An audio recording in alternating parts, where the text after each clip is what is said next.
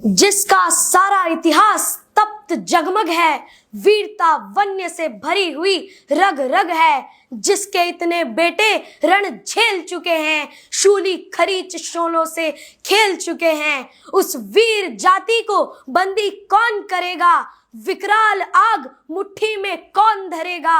अब जो सर पर आ पड़े तो नहीं डरना है, जन्म है तो 2 बार नहीं मरना है।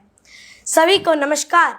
मैं पार्थसारथी दल कक्षा 7वीं अ का एक छात्र आज कारगिल विजय दिवस के इस अवसर पर हमारे वीरों की एक वीर गाथा लेकर आप सभी के समक्ष प्रस्तुत हूं। हम सब ये जानते हैं कि आज सुबह खुश रंग थी, क्योंकि कल रात सरहद पे किसी जवान ने अपने खून का रंग सूरज पर मल दिया था। कारगिल की चोटियों पर 1-1 मिलीग्राम ऑक्सीजन के लिए तरसते हुए भी कुछ जाबाजों ने अपने हाथों से बंदूकें गिरने नहीं दी। तभी आप और मैं आज खुली हवा में सांस ले पा रहे हैं। ये वो लोग हैं जिन्होंने अपने बाहुबल की ज्वाला पर झूठी शांति प्रियता का पानी नहीं फिरने दिया।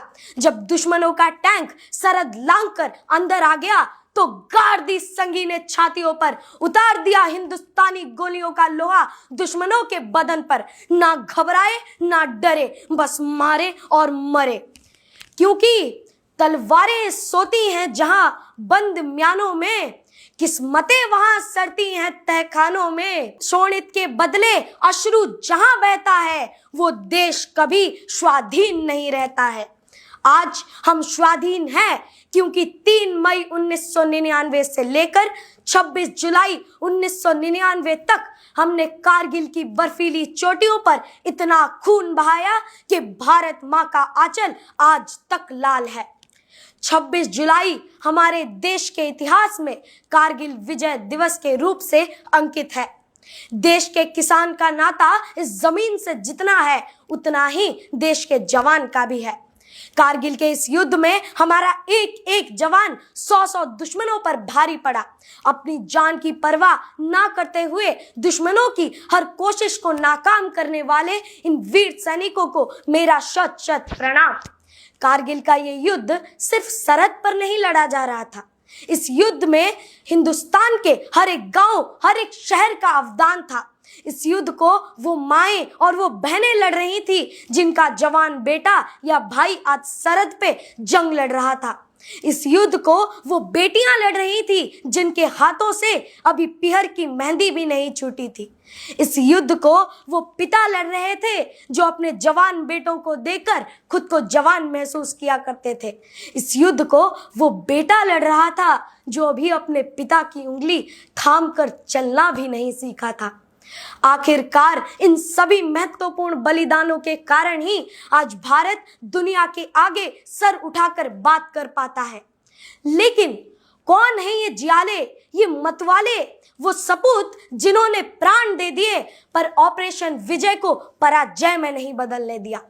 नाम तो अनगिनत हैं, पर आज मैं आप सबको सिर्फ कुछ ही नाम सुनाऊंगा जो लौट के घर ना आए। पहले कैप्टन सौरभ कालिया। कैप्टन कालिया महज 22 साल की उम्र में कारगिल युद्ध के प्रथम शहीद बन गए और वीर गति को प्राप्त किया। फिर कैप्टन मनोज कुमार पांडे, उत्तर प्रदेश से आया हुआ एक नौजवान लड़का जिसने महज 24 साल और 7 दिन की उम्र में ऐसा काम कर दिखाया जिसके किस्से इतिहास में हजारों सालों तक दोहराए जाएंगे। फिर कैप्टन विक्रम बात्रा, शेर शाह की संतान।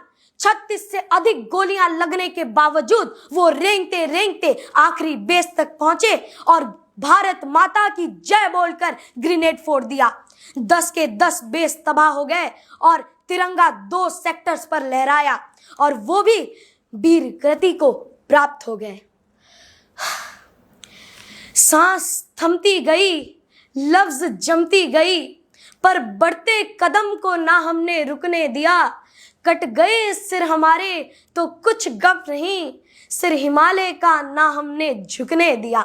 नमन है भारत माता के इन वीर सपूतों को। अगर तुम ना होते तो ये दुनिया बबूल हो जाती।